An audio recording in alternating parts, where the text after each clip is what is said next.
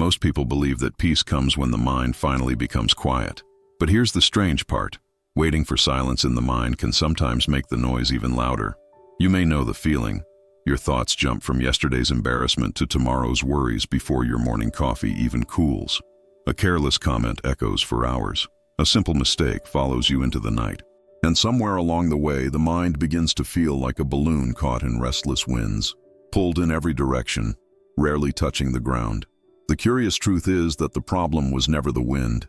Thoughts will always move, emotions will always rise and fall, and life will always bring moments of uncertainty. Trying to stop the wind inside the mind is a bit like trying to calm the sky itself. The harder we fight it, the more tangled everything seems to become. But there is another way, one so simple that most people overlook it.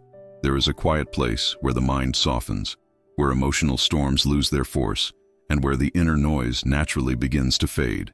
It doesn't require perfect discipline, special training, or hours of meditation. In fact, it begins with something you already have with you right now. In this story, you'll meet a man whose mind felt constantly pulled away by worry, memory, and fear, until one small moment in a quiet park revealed something that changed everything. And oddly enough, it all began with a balloon. The mind had been noisy for so long that Elias could hardly remember what silence felt like. Thoughts moved through him like a restless crowd in a crowded station, each voice pulling him somewhere different. One moment, he replayed a careless remark someone made yesterday. The next, he worried about a conversation that hadn't even happened yet. His attention scattered in 100 directions, never quite landing anywhere. And quietly, almost invisibly, a strange exhaustion settled in his chest. Some mornings he would sit at the edge of his bed, staring at the floor, feeling as though his mind had already run a marathon before the day had begun. The world around him was still, birds outside, soft light through the window. But inside, it was anything but calm. Memories tugged at him, worries whispered, and imagined futures argued with each other. It felt as though his thoughts had grown louder than life itself, and he wondered, not for the first time, if peace was something other people simply understood better. When he walked through the city streets, his body moved forward, but his mind wandered far behind or rushed far ahead. A passing comment from a stranger could echo in his head for hours. A small mistake could replay again and again, like a song stuck on the same verse. He tried distracting himself, tried ignoring the noise, even tried arguing with it. But the thoughts only seemed to grow stronger when he pushed them away. Oddly enough, the feeling reminded him of something he had seen as a child. A bright red balloon once slipped from a small hand in the park and shot wildly into the sky. The wind tossed it this way and that, pulling it higher, farther, anywhere it pleased. There was no anchor, no string holding it close to the earth. And lately, Elias couldn't shake the feeling that his mind had become that balloon. Every idea carried him away. Every worry lifted him farther from the quiet ground beneath his feet. He moved through conversations half present, through meals half aware, through moments that passed before he even noticed them. Somewhere deep inside, a simple question began to form, gentle, almost shy. What if calm didn't arrive by chasing thoughts away, but by returning to something much closer? Not long after that quiet question began to linger in his mind, Elias noticed something curious. The noise in his head always seemed strongest when he drifted away from the moment he was living. When his thoughts rushed into tomorrow's worries or wandered through yesterday's regrets, the balloon of his mind pulled harder against the sky. It tugged and twisted, restless in the invisible wind of imagined problems. And somehow, the farther it floated, the heavier his chest began to feel. There were moments, though, small ones, that hinted at something different. Once, while waiting at a crosswalk, he noticed the simple pressure of his shoes against the pavement. Another time, while washing his hands, he felt the cool water move across his skin. For a brief second, the storm inside his mind softened. The balloon didn't disappear, of course, but it seemed to drift a little slower, as if the wind had paused to take a breath. Elias didn't understand it yet, but these moments carried a quiet clue. Whenever his attention returned to something simple and physical, the rhythm of breathing, the weight of his body, the steady ground beneath him, the inner chatter lost some of its urgency. The thoughts were still there, sure, but they no longer shouted quite as loudly.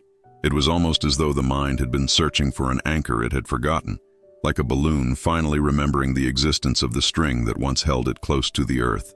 Without that connection, the winds of worry could carry it anywhere. But with even the faintest tether, the sky seemed a little less wild.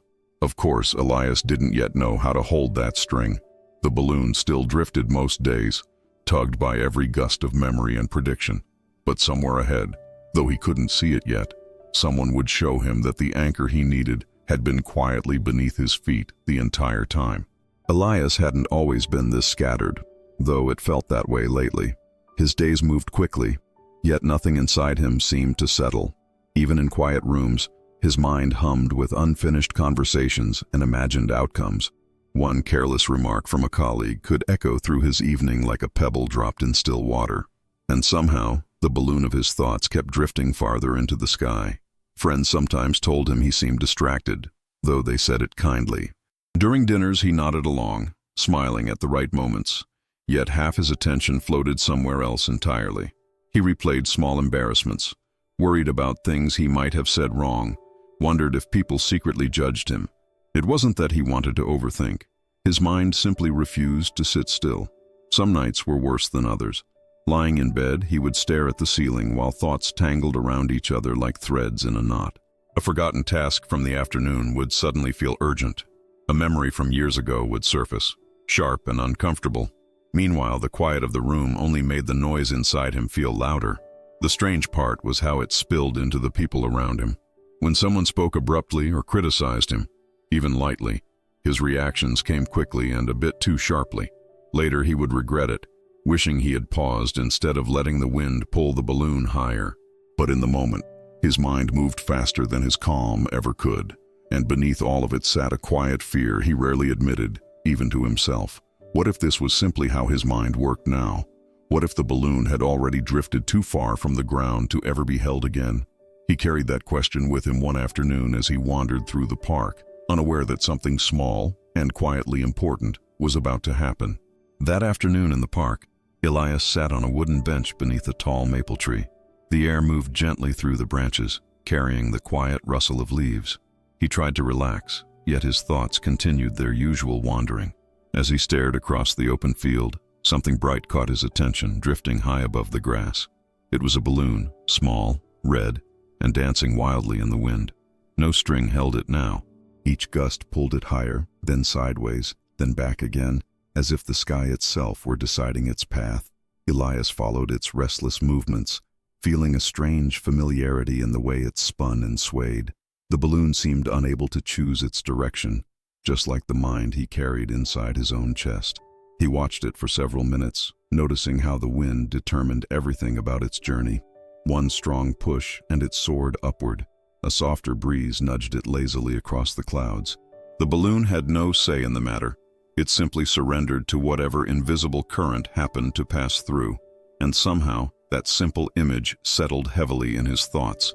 His worries worked the same way, didn't they? A careless word from someone else became a gust that carried his mind far away. A memory became another push, another swirl in the sky. Without noticing, he had allowed every emotional wind to decide where his attention would drift. For a moment, Elias imagined what it would be like if the balloon still had its string. Not trapped, just connected, free to rise, but never completely lost to the sky. The thought lingered quietly as the red dot disappeared behind the trees, leaving him with the curious feeling that something important had just revealed itself, though he couldn't yet explain why. Elias was still watching the empty sky when someone sat quietly on the other end of the bench. The movement was gentle, almost unnoticed, like a leaf settling on water. The man who joined him carried a calm that seemed oddly steady, as though the world moved quickly around him but never quite through him. He greeted Elias with a small nod and rested his hands loosely on his knees. For a while, neither of them spoke. The man simply watched the trees sway and the sunlight move across the grass. His breathing was slow, almost rhythmic, the kind that made the air around him feel unhurried. Elias noticed something unusual about him, not excitement, not indifference, but a quiet presence that felt grounded, like a stone that had rested in the riverbed for years. After a moment, the man followed Elias's gaze toward the sky. "Watching the balloon?" he asked gently, his voice warm with a hint of curiosity. Elias nodded. "It looked a little like my mind," he admitted with a soft laugh. "Always being pulled somewhere." The man smiled. Not the polite kind, but the understanding kind people give when they recognize a familiar struggle. He didn't rush to answer, as if letting the thought breathe for a moment longer. Then he placed his feet firmly against the ground, pressing them slightly into the soil beneath the bench. "Strange thing about balloons," he said quietly. "They're not meant to control the wind, but they are meant to stay connected to the earth." His eyes softened as he looked back at Elias, as though he already knew that this small idea was about to change something important. Elias tilted his head slightly, curious about what the man meant. The breeze moved softly through the park, carrying the faint scent of grass and warm earth. For a moment, the stranger didn't speak. Instead, he gently shifted his feet against the ground again, as if greeting the soil beneath them. "Most people try to quiet the wind," the man said after a while. "They argue with their thoughts, chase them away, or pretend they aren't there." He chuckled softly, not unkindly. "But the wind rarely listens." Elias smiled faintly. That part, at least, sounded painfully familiar. The man then leaned forward just slightly and tapped the ground with the sole of his shoe. "The secret is simpler than people expect," he continued. "You don't control the balloon by fighting the sky. You steady it by remembering the string." Elias frowned gently, intrigued. "Notice your feet," the man said. "Right now. Just the feeling of them touching the ground." Elias hesitated, then did exactly that. The pressure of the bench beneath him, the earth under his shoes, the quiet weight of his body resting in one place. For the first time that afternoon, his attention stopped wandering. The man took a slow breath, deep and unhurried. "Now breathe with the ground," he murmured, "in and out." His voice stayed soft, almost like a suggestion rather than an instruction. When the mind drifts like a balloon, the body is the string that brings it home. Elias followed the rhythm for a moment. Just a few breaths, nothing dramatic, yet something subtle shifted. The noise in his mind didn't vanish, but it softened, like a radio turned down just enough to hear the room again. The stranger noticed the change in Elias's expression and smiled quietly. "You see," he said, "the sky can stay busy. But the earth is always steady." And somewhere inside Elias, a small possibility began to form, one that made him wonder what might happen if he practiced holding that invisible string, especially when the winds grew stronger. The next morning, Elias woke with the familiar hum of thoughts already forming in his mind. For a second, the old habit returned, replaying yesterday's worries before his feet even touched the floor. But then he remembered the man in the park and the simple phrase that had lingered with him, "Remember the string." So he tried something small. Sitting at the edge of the bed, he placed both feet flat on the floor and paused. The wood beneath his soles felt cool and steady. He took one slow breath in, then another out. The balloon in his mind still floated, of course, but it no longer shot wildly into the sky. Throughout the day, he practiced the same quiet trick. When a tense email arrived, he didn't rush to answer right away. Instead, he pressed his feet gently into the ground and took 2 steady breaths. When someone's sharp tone stirred that familiar sting of embarrassment, he noticed his shoulders, the weight of his hands, the simple rise and fall of air in his chest. It wasn't dramatic, no thunderclap of enlightenment, no sudden transformation, but the winds seemed to lose some of their power. The balloon still lifted now and then, drifting toward worry or frustration, yet the string was there now, thin perhaps, but present. A few days later, while walking through the same park, Elias noticed something that made him smile quietly to himself. The sky looked just as wide as before, the breeze just as playful. Yet inside, the balloon no longer felt abandoned to the wind. It floated gently above him, anchored by something simple, something he had almost overlooked his entire life. And as that quiet realization settled in, he began to wonder how this small practice might hold steady when life's winds grew stronger than a passing thought.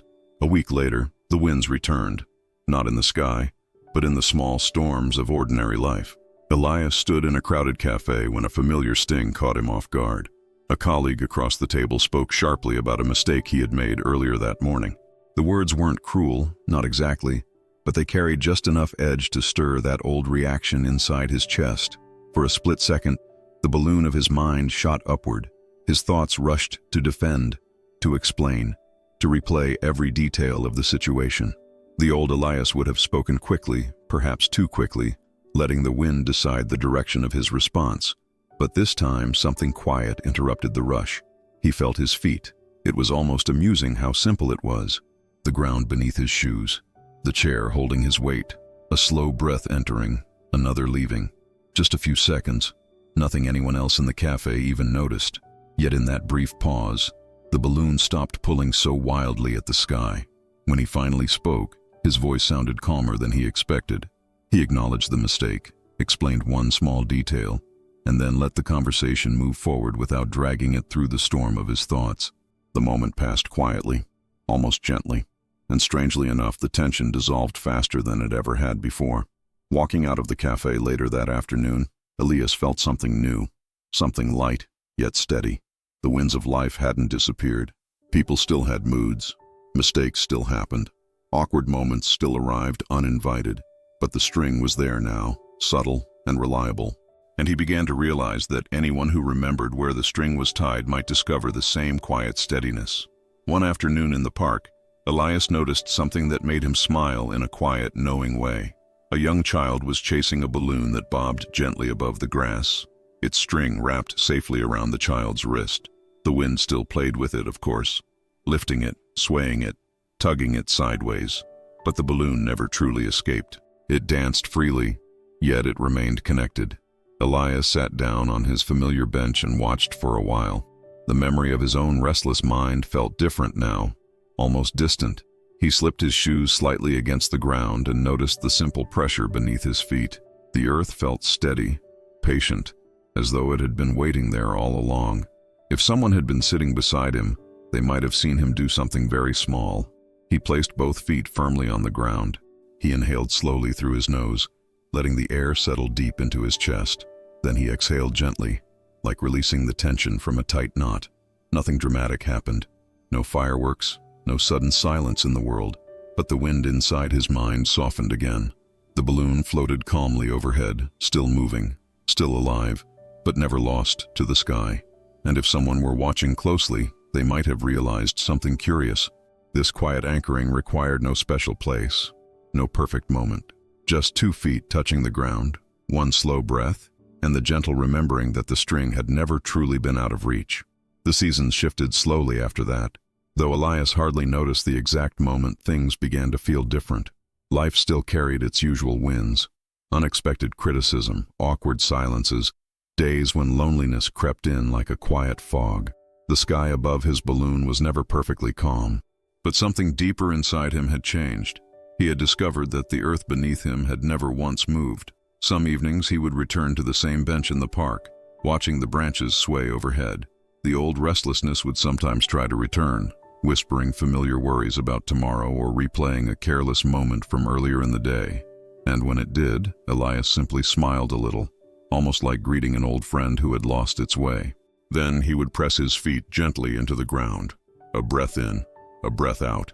The balloon of his mind would lift slightly, tugged by passing winds, yet the string held firm now. Not tight, not forced, just quietly connected to something steady and patient beneath him. And in that connection, the sky no longer felt so overwhelming, because the truth he had slowly come to understand was this: peace was never hiding somewhere far away in the clouds. It had always been waiting in the simple act of returning home, to the body, to the breath, to the quiet ground that had supported him since the beginning. And as Elias sat there watching the evening light soften across the grass, the balloon drifted peacefully above him, free enough to move with the wind, yet rooted to the earth in a way that made the whole sky feel calm.